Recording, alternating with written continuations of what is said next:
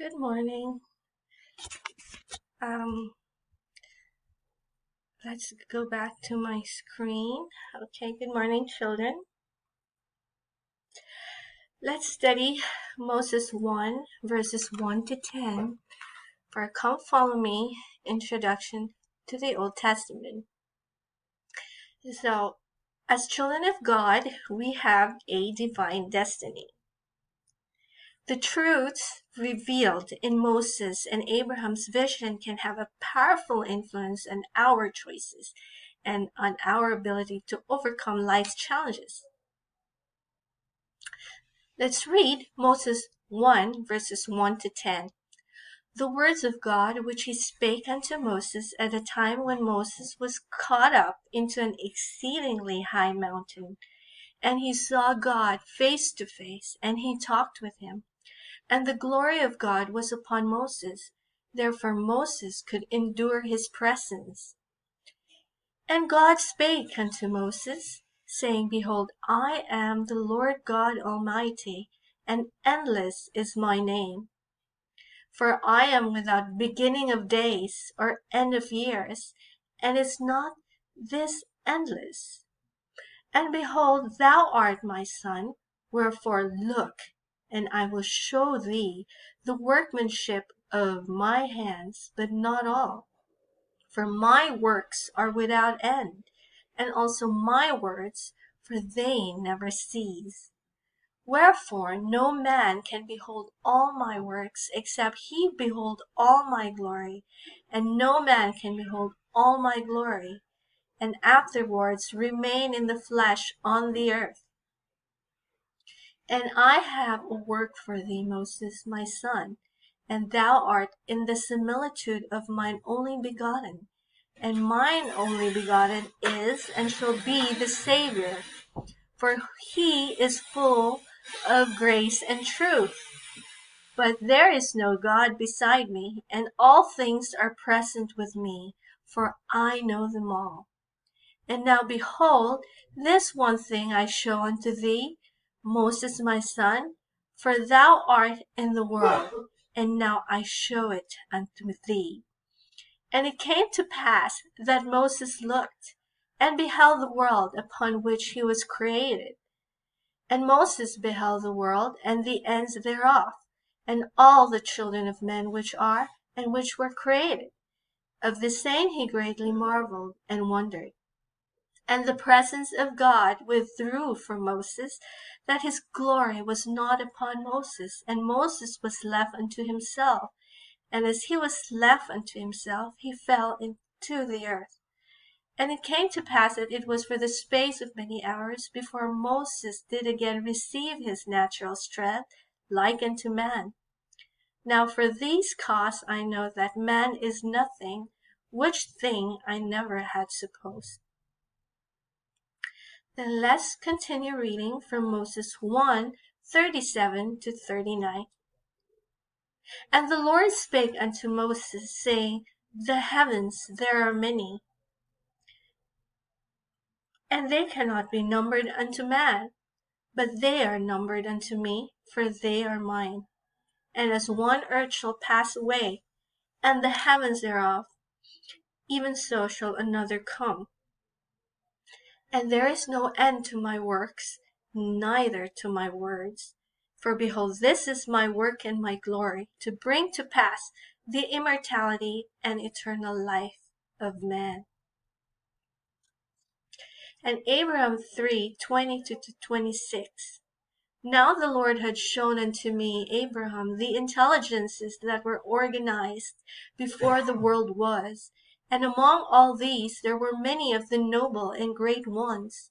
And God saw these souls that they were good, and he stood in the midst of them, and he said, These I will make my rulers, for he stood among those that were spirits, and he saw that they were good. And he said unto me, Abraham, thou art one of them. Thou wast chosen before thou wast born. And there stood one among them that was like unto God, and he said unto those who were with him, We will go down, for there is space there, And we will take of these materials, and we will make an earth whereon these may dwell. And we will prove them herewith, to see if they will do all things whatsoever the Lord their God shall command them. And they who keep their first estate shall be added upon. And they who keep not their first estate shall not have glory in the same kingdom with those who keep their first estate.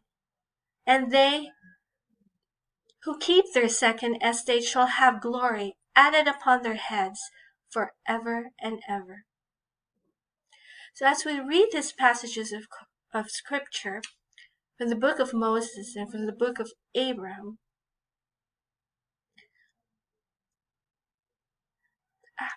let's reflect on these questions. Who am I? Why am I here? Who does God want me to become?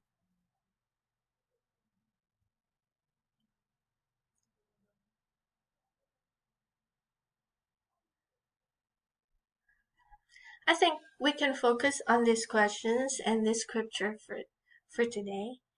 And as we read and ponder on the scriptures, how do you feel about from the scriptures? How does it answer the question of who you are? Who am I?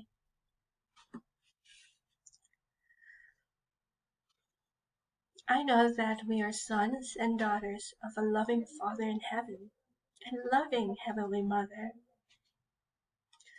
I know that as your parents, we have a sacred responsibility to take care of each of you.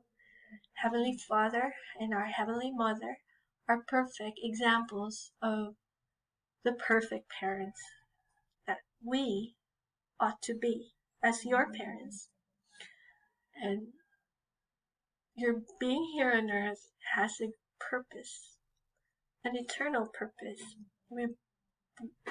Through us, the Lord has given us the stewardship to take care of each of you and to love each of you. We have had imperfections, but we love each of you dearly. And we are here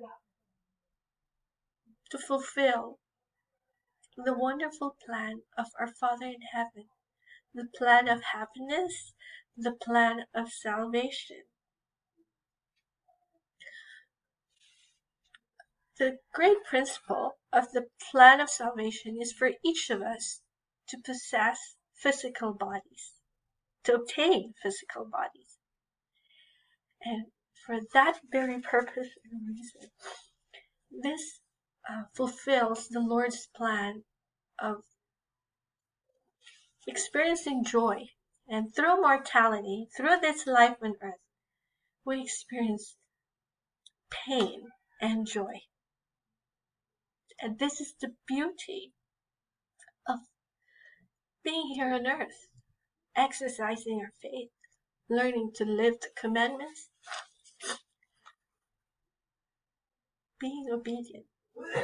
It is important that we practice to be faithful and obedient, because by doing so, this is the ability that strengthens our character and helps us to experience real joy and happiness. And I share this in the name of our Lord and Savior, Jesus Christ. Amen.